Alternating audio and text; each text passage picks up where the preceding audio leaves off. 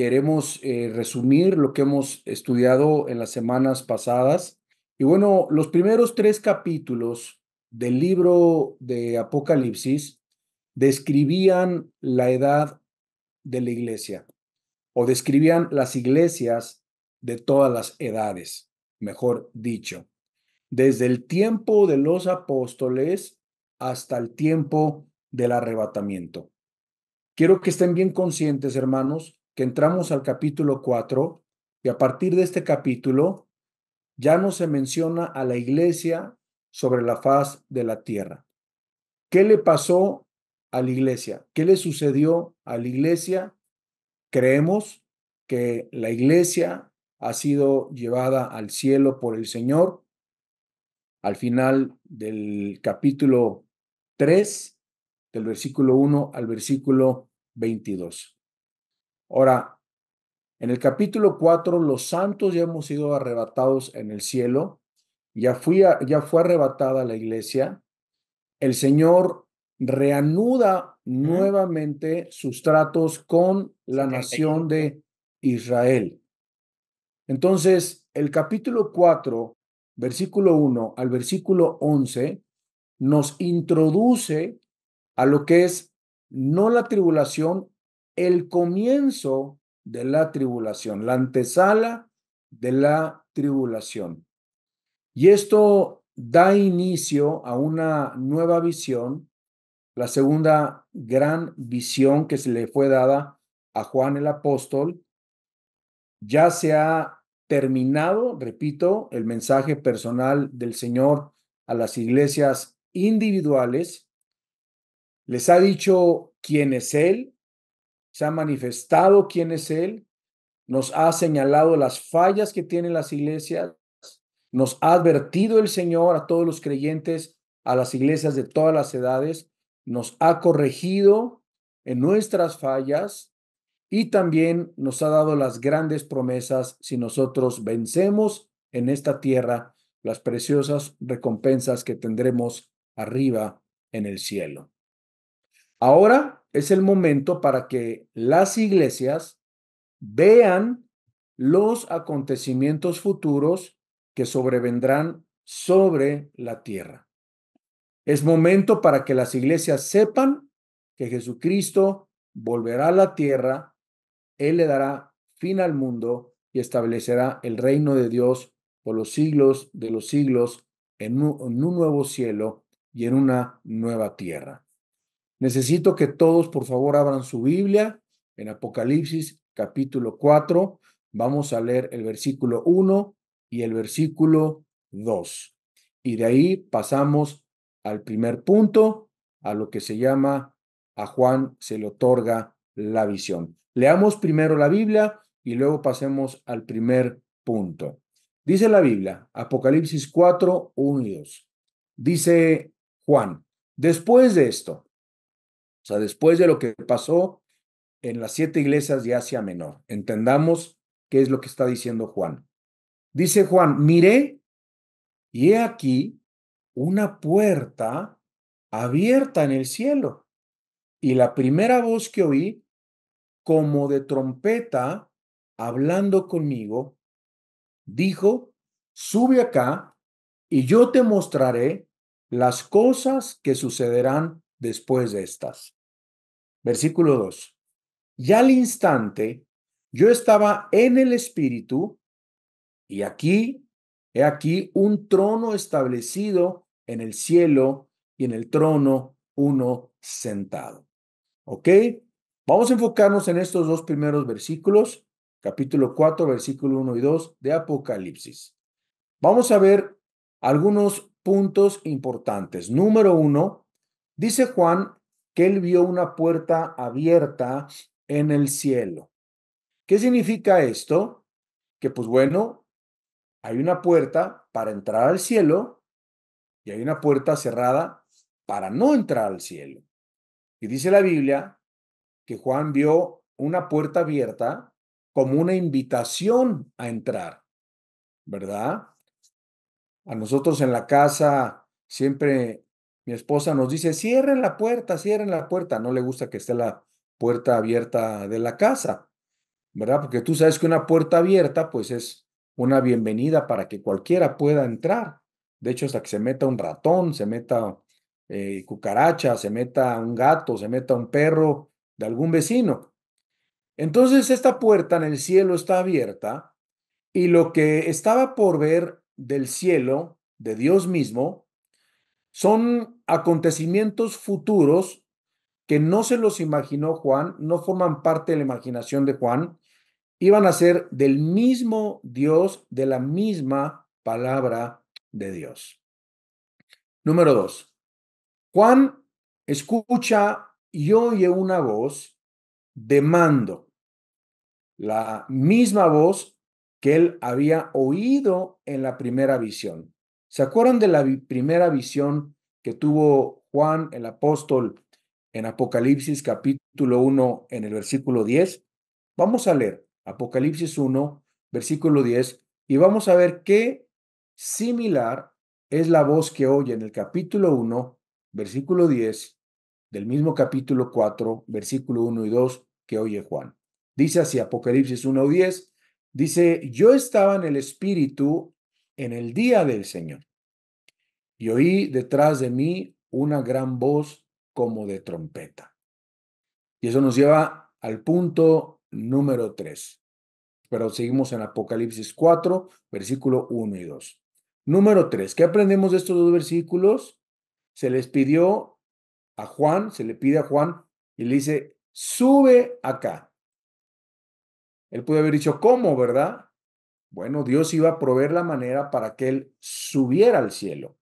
Y esto no es de ninguna manera una ilustración, como muchos teólogos han querido enseñar, de cuando la iglesia es arrebatada al cielo.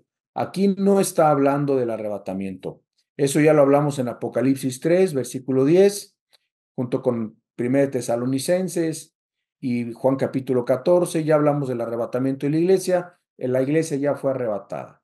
Pero Juan se le dice, sube acá, él tiene que estar dispuesto, sube Juan, ayudados seguramente por los ángeles de Dios, del cielo, para ver acontecimientos futuros, cosas que sucederán.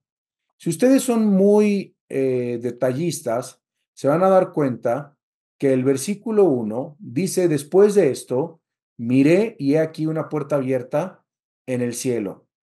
Y la voz que oí dice, como de trompeta, hablando conmigo, dijo, sube acá y yo te mostraré las cosas que sucederán después de estas.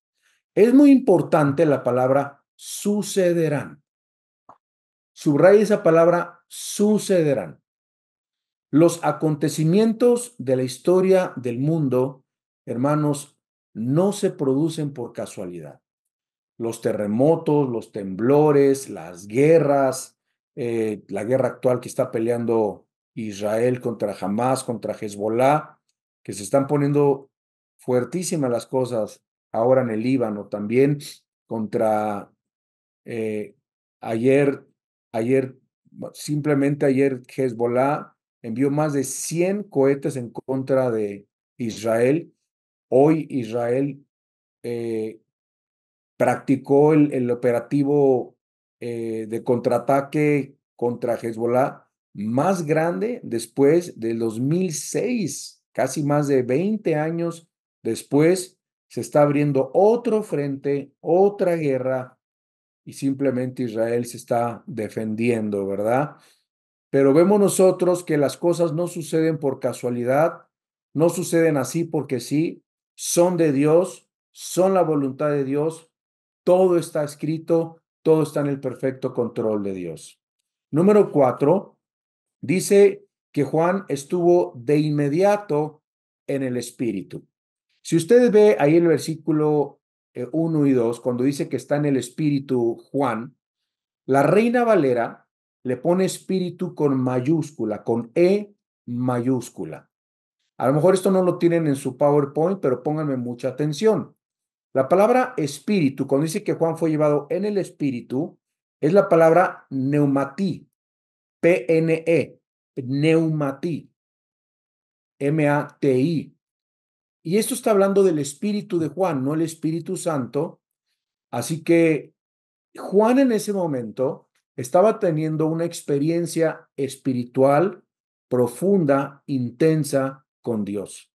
Estaba Juan como en un éxtasis espiritual y su espíritu fue elevado de la tierra al mismo cielo. Número 5, podemos ver del versículo 1 y 2 del capítulo 4 de Apocalipsis que Juan ve la visión más increíble que uno puede imaginar. ¿Cuál es el tema de hoy? El trono de Dios. Dios y el trono de Dios. Ahora, si no lo tienen en su PowerPoint, hay muchas cosas que yo les digo que no están en su PowerPoint. Si no las ven allí, es porque no está. Quédese ahí, yo le voy explicando. Aquí se menciona el trono de Dios en el versículo 1 y en el versículo 2. Y la palabra trono es un sustantivo, es una palabra griega que viene de la palabra tronos, pero con TH, tronos. Y la palabra tronos se repite 45 veces en el libro de Apocalipsis. Ahora, aquí se refiere el trono a un juicio o al trono de juicio o el estado de un juez. Representa la absoluta soberanía de Dios al intervenir en la historia, a la absoluta soberanía de Dios y al hecho de que Dios es juez y señor y que está interviniendo en la historia de la humanidad. Y se menciona aquí como el trono de la gracia que transforma en el trono de la gracia que se transforma en el trono del juicio. El trono, nos dice la Biblia, ¿dónde está? Está establecido en el cielo. En este momento, el trono está en el cielo, donde Dios gobierna y reina para siempre. Y dice la Biblia que su reino nunca tendrá fin. Saltamos al versículo 3, Apocalipsis 4, 3.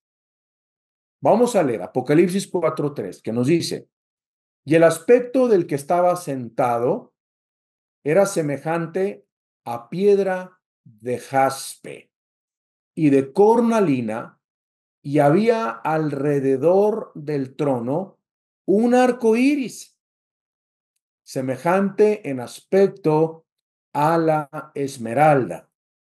Bueno, vemos aquí la aparición que tiene Juan de Dios en su trono como algo glorioso, majestuoso, algo indescriptible, algo que ningún ser humano podría ni imaginarlo, ni pintarlo, ni hacer un efecto especial, sino vino por revelación divina a Juan y en sus palabras, como él podía describirlas humanamente hablando, comienza a elegir las joyas que él ve en el trono de Dios para proclamar un mensaje maravilloso.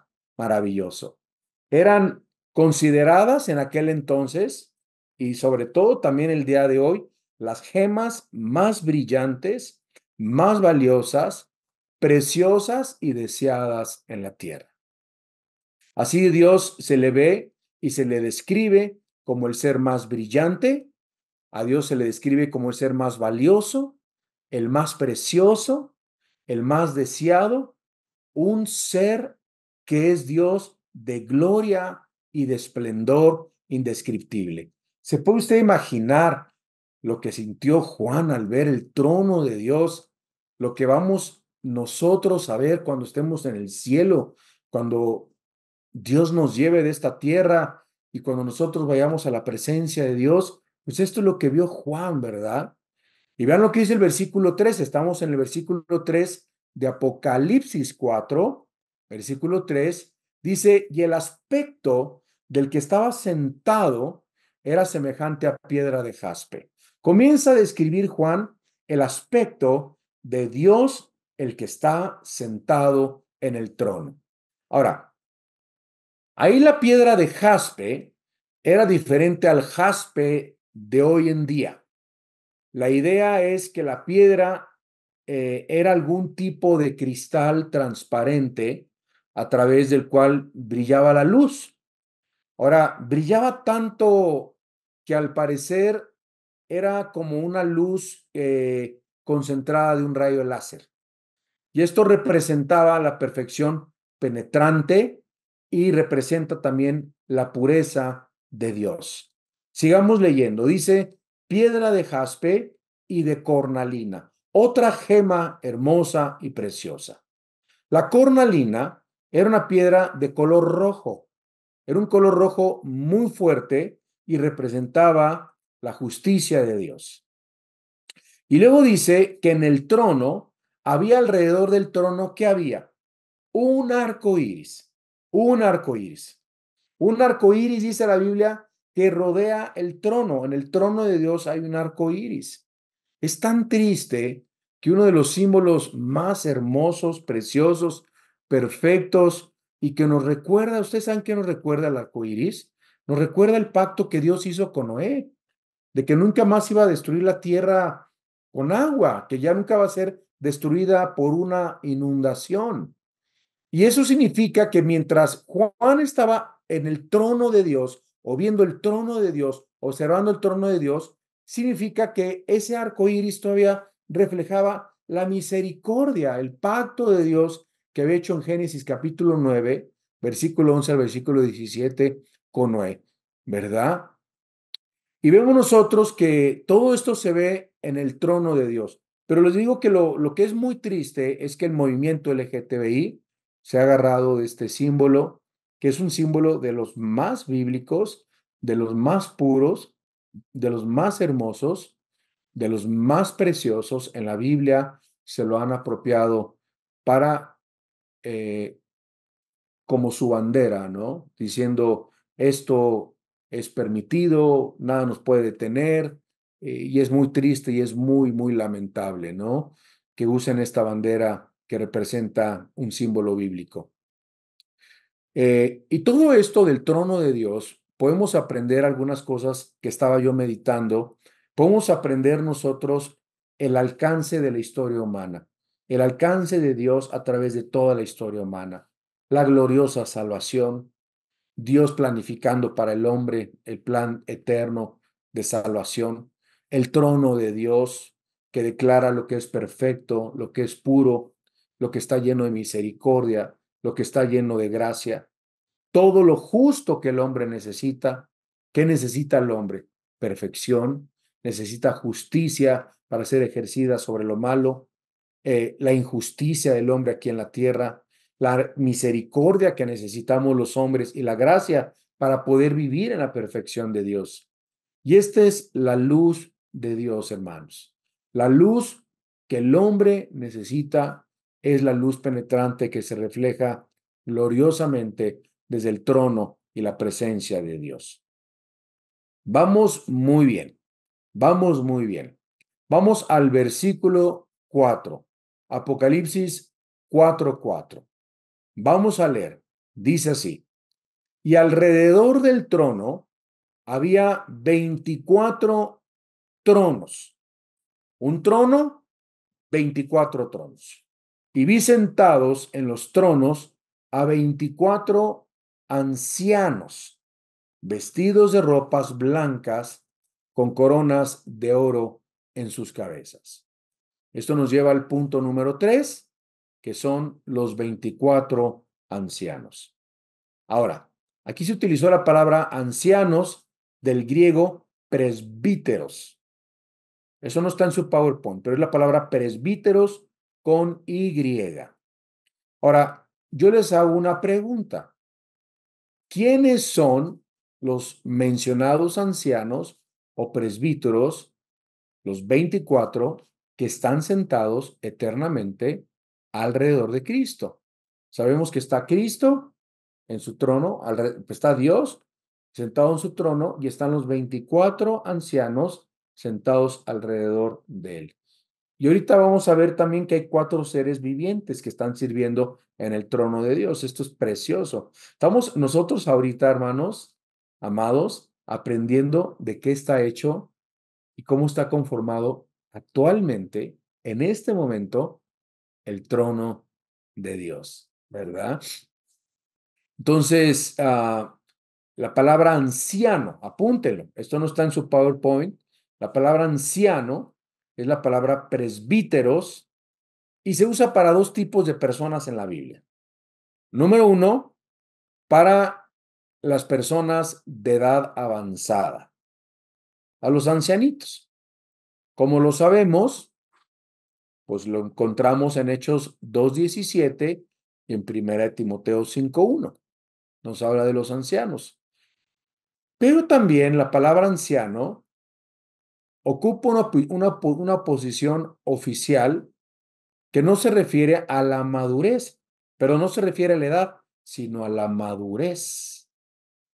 Entonces, cuando Dios manda a través de las palabras del apóstol Pablo, le dice a Timoteo, establece ancianos en las iglesias, no está diciendo viejitos, pon gente madura, no neófita, que amaneciendo caiga en la condenación del diablo. Le está diciendo, pon gente madura en la palabra, gente madura en las cosas de Dios. ¿Cómo lo sabemos? Hechos 4:5, Hechos 4:23, ahí tenemos gente madura que no es anciana. Hechos 14:23 y 1 Timoteo 5:17. 1 Timoteo 5:17. Repito, Hechos 4:5, Hechos 4:23, Hechos 4, 1 Timoteo 5:17. Ahora, sigamos con los ancianos. Estamos en Apocalipsis 4:4. La identificación de los 24 ancianos en Apocalipsis 4:4 no es una tarea fácil. ¿Saben qué, hermanos? El texto no nos dice quiénes los 24 ancianos. Sí nos dice la Biblia algunas cosas acerca de los ancianos. ¿Qué nos dice acerca de los ancianos? Aunque no nos dice quiénes son los ancianos, sería mucha especulación querer adivinar. Y la Biblia no es de adivinanza. Cuando la Biblia no dice quién es, nosotros no podemos más que especular, creer, pensar quién podría ser esos 24 ancianos. Pero la Biblia no nos dice, en definitivo, los nombres de estos 24 ancianos. Pero sí nos dice varias cosas. Número uno, nos dice que están sentados en tronos, que rodean el trono de Dios. Y esto nos habla de cosas muy interesantes de los ancianos, porque esto demuestra que ellos están siempre cerca de Dios. Siempre están en la presencia de Dios. Qué privilegio, ¿verdad? Están descansando en Dios.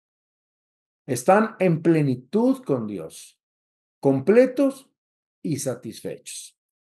Están entronizados con Dios. ¿Qué significa esto? Que se les da un lugar permanente en la presencia de Dios en su trono por los siglos de los siglos. Estos 24 afortunados van a estar sentados por los siglos de los siglos alrededor de Dios. Yo no sé si a alguno de nosotros nos va a tocar el privilegio de sentarnos con el Señor, que ya lo estamos en los lugares espirituales en Cristo. Efesios, en los primeros 3 capítulos lo enseña. Pero estos están permanentemente por los siglos de los siglos sentados con Cristo. Número 2, ¿qué nos dice de estos ancianos? Que están vestidos de blanco. Eso significa que están vestidos en la pureza, en la santidad de Dios y de Cristo. Esto significa que no hay imperfección en ellos. Apocalipsis 3, 18 al 20. Número 3, ¿qué nos dice de estos ancianos? Tienen coronas de oro en sus cabezas. Esto significa que tienen posiciones de autoridad. La corona en la Biblia representa autoridad. ¿Qué se le pone a los reyes? Una corona. ¿qué se pone en México y en América Latina? Una banda presidencial. La banda presidencial con la bandera de México o con la bandera de otros países representa la investidura que ahora va a dejar en octubre nuestro presidente para dejarlo en manos de una mujer que recibirá la investidura en nuestro país, que la manifiesta esa investidura como una persona que gobierna, que manda, que tiene autoridad, es la máxima autoridad o nuestra representación de nuestro país. Estos ancianos tienen coronas en sus cabezas, significa que estos ancianos tienen deberes, tienen posiciones de autoridad, tienen responsabilidad de vigilar para Dios, de administrar para Dios, están supervisando algún gobierno, algún dominio, tienen subordinados debajo de ellos. Yo no sé si nos va a tocar ser subordinados de ellos, no lo sé. Ustedes saben que algunos se van a alejar de Dios avergonzados de Cristo allá arriba en el cielo. Muchos no van a ganar coronas, muchos no van a gobernar con Cristo. Esto significa, y esto lo vamos a ir aprendiendo en Apocalipsis, que uno de los trabajos que vamos a tener en la eternidad es gobernar con Dios, gobernar con Cristo. Y muchos cristianos no van a gobernar nada, van a ser simples cristianos rasos, ¿verdad? Que no ganaron ninguna corona, no ganaron ni un premio, no ganaron nada en el cielo, nada, más que la salvación. Como dice mi papá, pasaron de panzazo, ¿no? Casi, casi, ¿no? Pero eso están administrando algún gobierno, algún dominio del universo, etcétera. Esto nos lleva algo también muy importante. Estos 24 ancianos no son ángeles. A lo mejor lo explico un poquito más adelante. Y yo he escuchado algunos que dicen que son quizás los 12 patriarcas. He escuchado también que pudieran ser los 12 apóstoles. Son 12 y 12, ya son 24. Algunos dicen que pueden ser los padres de la historia de la iglesia, porque representan a la iglesia. No pueden ser ángeles porque los ángeles no ganan coronas. Los ángeles no hacen méritos para ganar coronas. Entonces es imposible que sean ángeles. Vamos al cuarto punto. Apocalipsis 4, del 5 al 6. Vamos a estudiar lo impresionante del trono. Lo impresionante del trono. Vamos a leer Apocalipsis 4, 5 y 6. Dice así la Biblia. Y del trono salían relámpagos y truenos y voces. Y delante del trono ardían 7 lámparas de fuego, las cuales son los 7 espíritus de Dios. Versículo 6. Y delante del trono había como un mar de vidrio, semejante al cristal, y junto al trono y alrededor del trono, 4 seres vivientes, llenos de ojos delante y detrás. Ájale, qué interesante. No solamente hay 24 ancianos alrededor del trono, nos dice la Biblia que también hay 4 seres vivientes. No solamente hay un arco iris, no solamente parece crisólito, de jaspe, etcétera. Ahora se agregan 3 cosas más al trono de Dios para demostrar lo impresionante que es el trono de nuestro Dios. Y vaya que cuando vamos a un castillo de esos antiguos en España, bueno, en México también hubo reyes en alguna época impuesta por los españoles. Está el castillo de Chapultepec, muy conocido en nuestro país, donde los niños héroes, famosos cadetes del colegio militar, defendieron ante los franceses y pues nos dieron libertad a nuestra nación. Es un castillo muy bonito. Y cuando tú entras o a otros castillos que hemos visitado, Castillo de Versalles y bueno, el Palacio de Buckingham en Inglaterra, en fin, tantos palacios que hay, tantos castillos, es una cosa espectacular, impresionante. Imagínense el trono de Dios. Vamos a ver, número uno, tres cosas para demostrar cuán imponente, qué impresionante es el trono de Dios. Número uno, esta es la voz de Dios de mando. Vean lo que dice aquí la palabra de Dios. Y del trono salían relámpagos, truenos y voces. ¿Qué salía, hermanos? Relámpagos, truenos, digan voces, voces. Del trono ardían 7 lámparas de fuego. Vamos a estudiarlo paso por paso.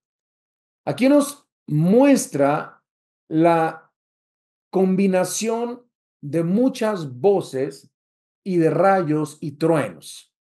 Y esto nos muestra cuán majestuosa e imponente es la voz de Dios. Yo no sé si ha escuchado usted el mariachi o las trompetas, pero cuando uno escucha las trompetas, está en un lugar cerrado, no necesita bocinas, no necesita micrófonos, no necesita nada de eso, porque es tan imponente el sonido de la trompeta que dice la Biblia que la voz de Dios es como de trompetas, como de relámpagos, pronunciamientos de Dios, expresando la voluntad de Dios y dice la Biblia que se oye desde el trono de Dios la velocidad de su voz como de un rayo con la fuerza de un trueno. ¿Ha oído un trueno? Impresionante. La fuerza. Dice Juan, esto retumbaba como truenos, como trompetas, como relámpagos, y esta visión que tiene particular nos habla del pronunciamiento majestuoso de Dios. Es una escena de un juicio por venir, la terrible tormenta que está por caer en la tierra. Recuerden que estamos aquí en la antesala de la tribulación. Número dos, número dos. Tres cosas acerca del trono. Uno, la voz de Dios de mando. Número dos, dice la Biblia que Juan vio 7 lámparas de fuego ardientes, ¿verdad? Ardientes. ¿Se recuerdan en los primeros capítulos que estudiamos de Apocalipsis? El 7 representa los símbolos del Espíritu Santo en toda su plenitud y en toda su perfección. Ya lo estudiamos, Apocalipsis 1, 4 y capítulo 3, versículo 1. Y luego nos dice la Biblia que hay un mar de vidrio. ¡Ah, caray! Que se extiende ante el trono. El mar luce como un mar de vidrio, dice la Biblia, semejante al cristal. Ahora, Juan no es el único que vio este mar de vidrio, hermanos. Si nosotros abrimos nuestra Biblia en Ezequiel, capítulo 1, versículo 22 y versículo 26, vamos a ver que la revelación del trono de Dios a Ezequiel es muy similar a la que recibe Juan. Y vamos a ver que no hay ninguna contradicción alguna, es el mismo trono y hay algunas cosas que menciona Ezequiel que también mencionó Juan. Ezequiel 1:22 dice, y sobre las cabezas de los seres vivientes aparecía una expansión a manera de cristal, maravilloso, extendido encima sobre sus cabezas. Y sobre la expansión que había sobre sus cabezas se veía la figura de un trono que parecía de piedra, ahí está, de zafiro, y sobre la figura del trono había una semejanza que parecía de hombre sentado sobre él. Qué precioso. Ahora, ¿qué significa el mar de vidrio? El mar de vidrio simboliza tres cosas. Letra A, el mar de vidrio simboliza o nos muestra el valor y la preciosidad de la presencia de Dios. Ahora, en la antigüedad era muy difícil encontrar vidrio puro. El vidrio puro era tan claro como el cristal y casi tan valioso como el oro. Letra B, el mar de cristal nos muestra la claridad. Dios puede ver todo lo que está más allá de su trono. Esto representa el mar de cristal, la omnisciencia. Dios sabe todo, conoce todo. No hay nada que lo agarre desprevenido, no hay nada que lo agarre distraído. La visión penetrante de Dios que ve todas las cosas. Nada está oculto en el cielo, hermanos. Por eso es un mar de cristal. Habla de la transparencia, de la omnisciencia, de los ojos penetrando Dios todas las cosas, viendo todas las cosas. Y letra D, el mar de cristal nos muestra la pureza espectacular de Dios. La pureza tan clara, tan perfecta como el mar de vidrio y el cristal. ¿Listo? ¿Seguimos? Ya falta poquito. Punto número 5. Vamos, nos quedan unos 20 minutos más. Punto número 5. Vamos a Apocalipsis. Abramos nuestra Biblia en Apocalipsis 4, del 6 al 9. Y vamos a estudiar las 4 criaturas vivientes que rodean el trono de Dios. Dice Apocalipsis 4, del 6 al 9. Y junto al trono y alrededor del trono, 4 seres vivientes llenos de ojos delante y detrás. Apunten esas cosas. 4 seres vivientes llenos de ojos delante y detrás. El primer ser viviente era semejante a un león. El segundo era semejante a un becerro. El tercero tenía rostro como de hombre. Y el cuarto era semejante a un águila volando. Versículo 8. Y los 4 seres vivientes tenían cada uno 6 alas. Y alrededor y por dentro estaban llenos de ojos.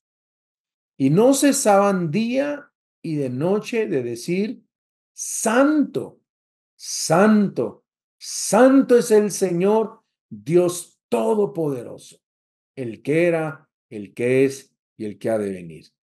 Y siempre que aquellos seres vivientes dan gloria y honra y acción de gracias al que está sentado en el trono, al que vive por los siglos de los siglos.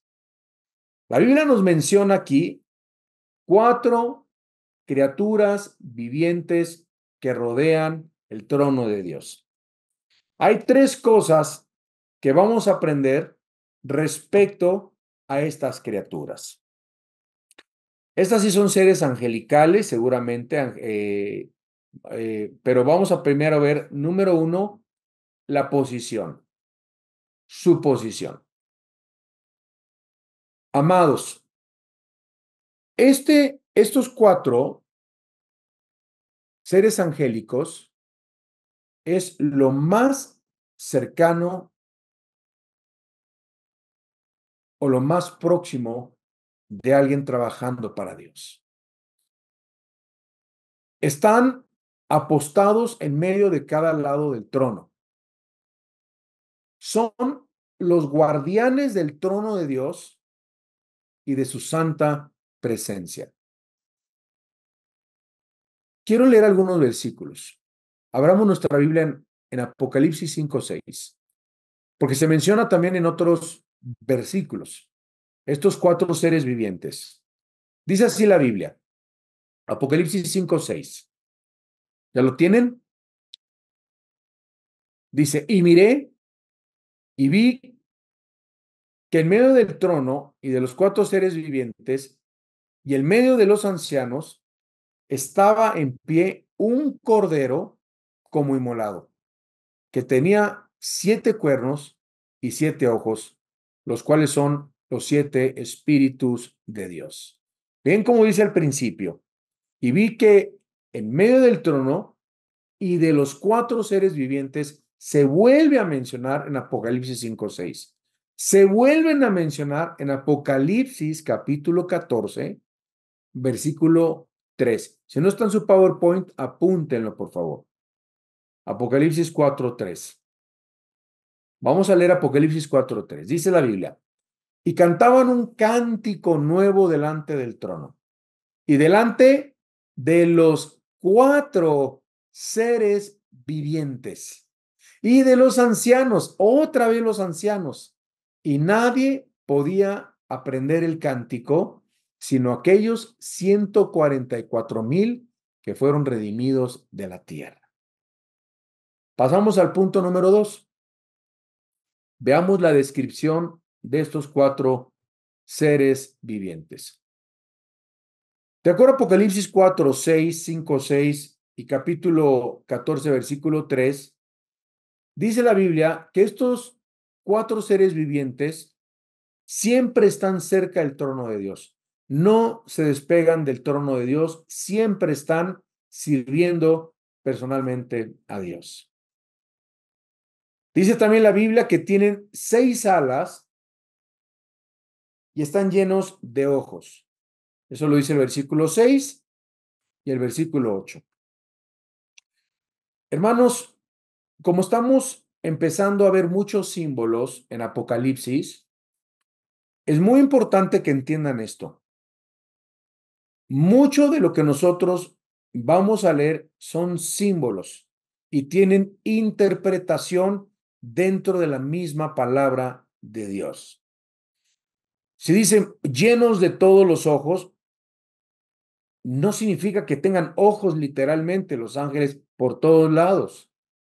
Y podría haber una relación entre, si ustedes leen, por ejemplo, Ezequiel capítulo 1, versículo 16, que no me da tiempo de leerlo, pero apúntenlo por favor, Ezequiel 1, 16, se mencionan también en Ezequiel 1, 16, se mencionan otros seres vivientes, otros seres angelicales que están en el trono de Dios, pero son otros, no son los mismos de Ezequiel 1:16, porque ahí nos dice en Ezequiel 1:16 que tienen 4 alas y aquí nos dice que tienen 6 alas cada uno. Entonces muchos los confunden.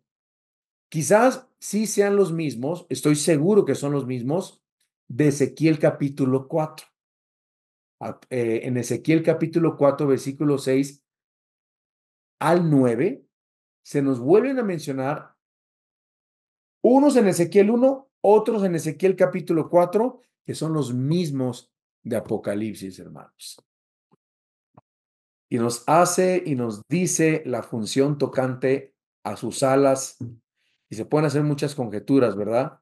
Pero son emblemas del continuo servicio que rinden a Dios en lo que respecta a la adoración.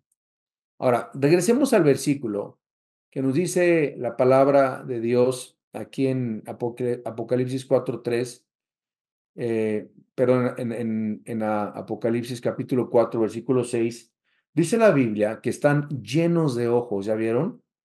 Dice la Biblia que están llenos de ojos. Esa palabra llenos es la palabra gemonta, tampoco lo tiene en su PowerPoint. Es la palabra gemonta en hebreo.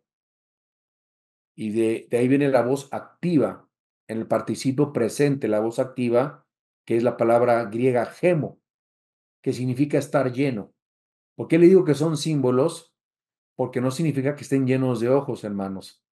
Cuando dice la Biblia que están llenos de ojos delante y detrás, habla de la facultad que tienen ellos comprensiva y extensa, que están constantemente vigilando y llenos de discernimiento, no solo en lo intrínseco, sino también en la vigorización. Son tan guardianes de Dios que por eso Juan los describe llenos de ojos por delante y por detrás. Siempre saben lo que está pasando, son los guardianes del trono de Dios. Ahora, veamos qué ahora es la función. Ahí sí lo tienen en su PowerPoint. La función de estos ángeles tiene que ver con la santidad y la ira de Dios. La santidad y la ira de Dios. Por favor, abra su Biblia en Apocalipsis capítulo 6, versículo 1, y vamos a ver qué dice acerca de estos seres. ¿Qué dice? Apocalipsis 6:1. Vi cuando el Cordero abrió uno de los sellos y oí uno de los cuatro seres vivientes. Ahí están, en los sellos, ellos participan en la santidad y participan en la ira de Dios. Son los cuatro seres vivientes que abren, que menciona que está en el trono de Dios cuando se abre uno de los sellos en Apocalipsis capítulo 6, en el versículo 1. Apocalipsis 6:7, Apocalipsis 6:7, cuando dice, porque acuérdense que el único digno de abrir los sellos era el Cordero, ¿verdad? Dice, cuando abrió el cuarto sello, o sea, el Cordero, Jesucristo, oí la voz del cuarto ser viviente que decía, ven y mira. Y recuerden que todos estos sellos tienen que ver con la ira de Dios y vamos a estudiar cada uno de estos sellos. Y luego tenemos en Apocalipsis capítulo 15, versículo 7, que nos dice, y uno de los cuatro seres vivientes dio a los siete ángeles 7 copas de oro llenos de la ira de Dios que vive por los siglos de los siglos. Y regresamos a nuestro PowerPoint, donde dice que estos ángeles declaran la santidad de Dios día y noche y nunca dejan de declarar su santidad. Ahora yo les pregunto, ¿quiénes son estos seres vivientes que tienen el privilegio de estar ante la presencia de Dios de noche y de día todo el tiempo? Qué chamba tan hermosa, ¿verdad? Bueno, estos seres que nunca dejarán de estar en la presencia de Dios, que tienen un trabajo tan honroso y tan, es un privilegio, ¿verdad? Lo que tienen ellos. Imagínense servir al Rey, servir a Dios, al Todopoderoso, ¿no? Estos ángeles fueron creados con este propósito, hermanos. Y repito, son los mismos que se mencionan en Ezequiel, también en el capítulo 10, versículo 4, y también se mencionan en el libro de Isaías como serafines, en Isaías capítulo 6, versículo 1 al versículo 3. Son seres creados por Dios para ese determinado trabajo para toda la eternidad. Ahora, vamos a seguir leyendo aquí en Apocalipsis y vamos a ver cómo Juan elige determinados animales de la tierra para describir características que nota. Dice que estos cuatro seres vivientes los compara como un león. ¿Ya vieron? Como un león. Antes del versículo 10, ahí en el Apocalipsis capítulo 4. ¿Qué simboliza un león? El león simboliza la supremacía, la fuerza, Proverbios 30:30 lo enseña, la ira, la majestad y la realeza. Esto es lo que representa uno de estos ángeles. La supremacía, la fuerza, la ira, la majestuosidad y la realeza. Y luego dice que otro como un güey, ¿verdad? Los describe como animales y como seres humanos. Un güey, un becerro. ¿Qué representa el becerro en la Biblia? Anótenle. La fuerza, la vitalidad, el sacrificio, la resistencia y sobre todo el trabajo. Y luego dice que uno de esos ángeles era como un hombre. ¿Qué representa el hombre en la Biblia? La inteligencia, la personalidad, sensibilidad, voluntad y capacidad para ejercer autoridad. Repito, inteligencia, personalidad, sensibilidad, voluntad, capacidad para ejercer autoridad. Y luego se compara con un águila. ¿Qué representa el águila? El águila representa la rapidez, el vuelo ágil y elevado, Isaías 40:31, visión permanente, juicio celestial, etcétera, etcétera. Y dice la Biblia que estos tres, ya casi estoy cerrando, Tienen como función glorificar y honrar a Dios de día y de noche. Dice la Biblia, mientras adoran a Dios día y noche, ¿qué están haciendo estos ángeles? Adorando a Dios, diciendo todo el tiempo, Santo, Santo, Santo, es el Señor, Dios Todopoderoso, el que es, el que era, el que ha de venir. Ay, hermanitos, ustedes nada más alaban media horita los domingos en la iglesia y ni lo hacen bien. Tan distraídos con el celular. Estos seres lo hacen por toda la eternidad. Adoran, alaban a Dios, sirven a Dios. El cristiano que ha comprendido que estamos aquí para adorar, alabar y servir a Dios, ha encontrado su verdadero propósito para esta vida. Y terminamos con el número 6. Termino con los ancianos. Y vamos a hablar un poquito más de los ancianos. Dice en Apocalipsis 4, 10 y 11. Los 24 ancianos se postran delante del que está sentado en el trono y adoran al que vive por los siglos de los siglos y echan sus coronas delante del trono diciendo, Señor, digno eres de recibir la gloria, la honra y el poder, porque tú creaste todas las cosas y por tu voluntad existen y fueron creadas. Aquí encontramos, vamos rápidamente ya para cerrar, se me acabó el tiempo, quedan 3 minutos. Las funciones de los ancianos que están alrededor del trono. Uno, muestran su sujeción y subordinación. Dice la Biblia que se postran ante el trono de Dios y rinden todo lo que son y todo lo que tienen a Él.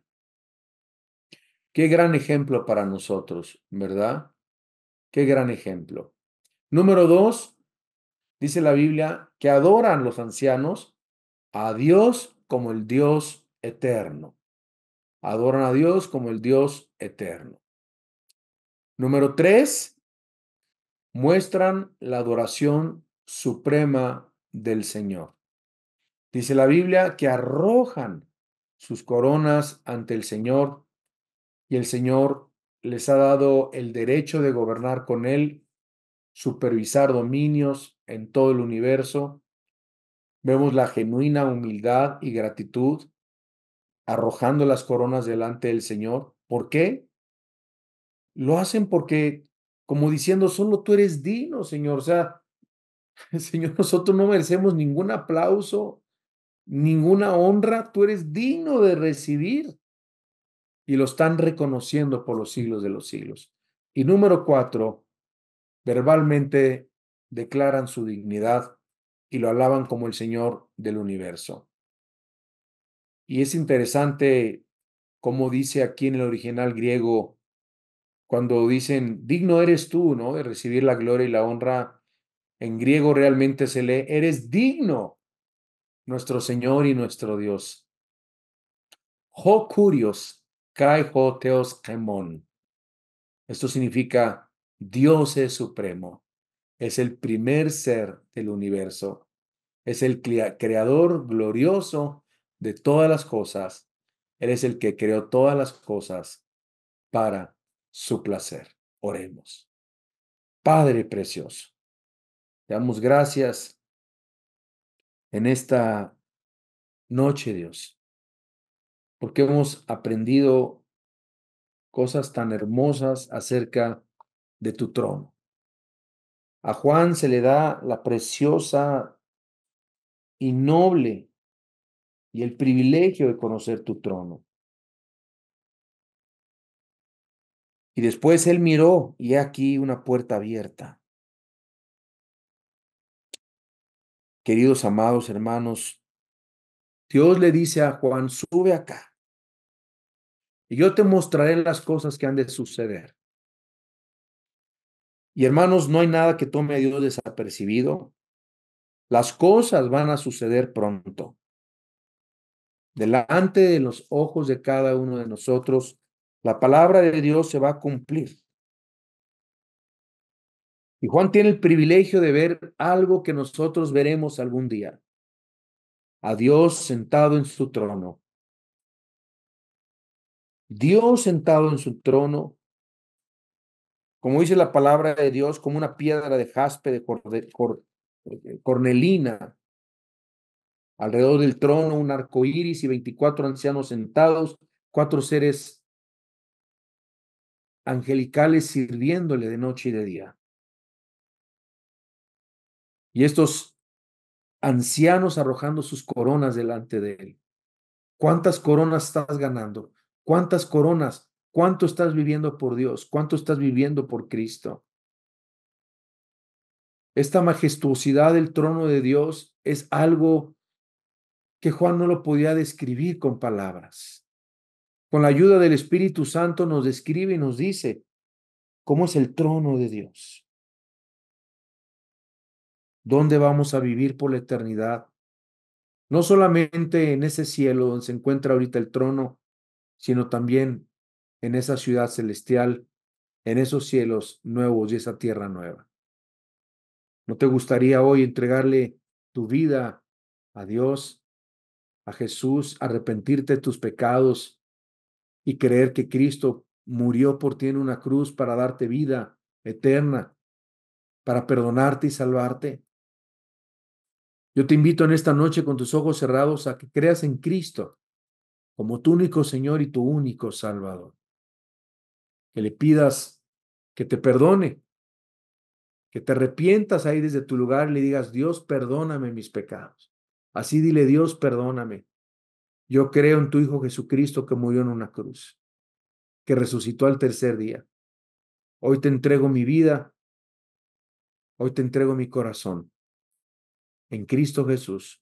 Amén.